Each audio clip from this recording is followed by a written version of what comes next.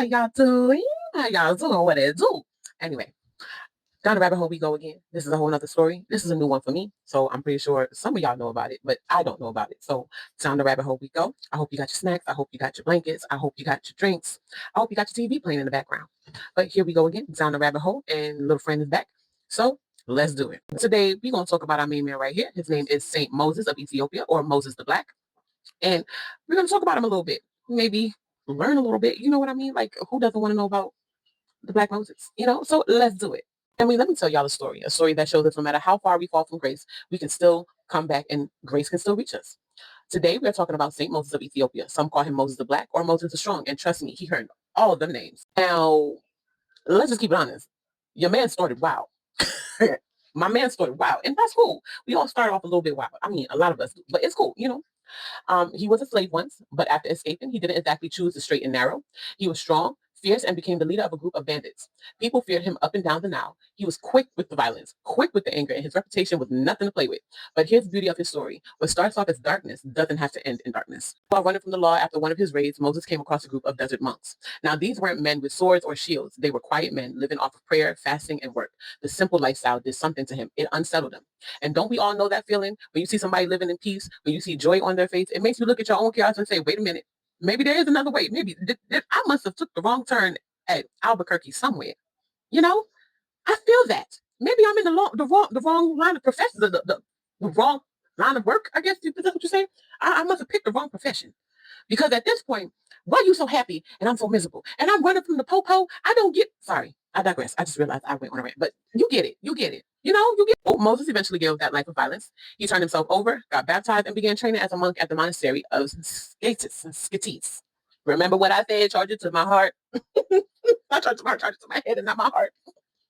Because Kimmy don't play that. Kimmy can't say certain words, and certain words ain't it, when it's different countries. So if y'all know how to say it in the comments below, please, by all means, say it. I appreciate you. I love you. But we here now, and we just gonna keep going. So I'm gonna say it again. Training as a monk at the monastery as Sketis. I guess that's what it is. Okay, all right. But let me be honest with y'all. Change did not come overnight. Moses still had a temper.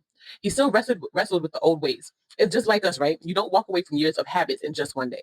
But he kept showing up, prayer by prayer, fast by fast, mistake by mistake. He was being reshaped. There are some powerful little moments in his life that stick out. Once the other monks accused him of breaking a fast. Now the old Moses would have snapped back, maybe even raised his hand, but instead he took some food, gave it to a brother who was hungry. He said, better to break the fast than break charity. In other words, feeding someone in need was more important than following the rules to the letter. Another time, the brothers called him to judge him about another monk who had sinned. Moses came carrying a leaking bag of sand on his back. They asked him why, and he said, my sins run out behind me, and I do not see them. Yet I am coming to judge my brother. And the monks just laughed, forgave the sinner, and learned humility right there. See what he did? He taught without a sermon, without a lecture. He taught by action. He became known for his wisdom. He used to say things like, if you are unalive to your neighbor, you won't notice your neighbor's faults, or sit in your cell and your cell will teach you everything. His whole life preached this one message. Strength isn't in violence. It's in humility and peace. And coming from someone who used to lead raiders, that testimony hits different.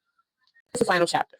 When Moses was an old man, about 75, the monastery came under attack by raiders. The monks prepared to defend themselves, but Moses stopped them. He told them, if you live by the sword, you'll transition by it. Let us not resist. And when the raiders came, Moses didn't fight back.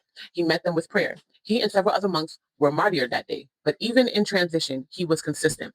He refused to let violence be the final word of his life. Moses is honored in the Coptic Church, the Eastern and Oriental Orthodox churches, Catholic and Anglican calendars too. His relics are kept at Paromios Monastery in Egypt. But his legacy is more than relics. It's a testimony. He showed us that no past is too broken, no heart is too hard, no story is too violent for God to rewrite.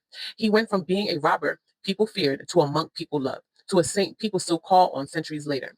So next time you feel like your past is too heavy or your mistakes are too many, remember Saint Moses of Ethiopia. If God could turn a robber into a saint, he can do the same with you and me. Saint Moses, robber, monk, martyr.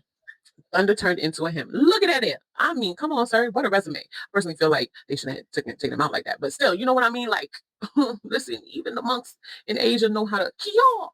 Sorry, I digress. But you get it. You get it. You get it. Thank you for coming to my TED Talk. I appreciate you. I thank you for going down this rabbit hole with me. I hope I was able to bring you some information. With that being said, I will see y'all in these TikTok streets. Look for more stories here. And I will see y'all later. Bye. Bye.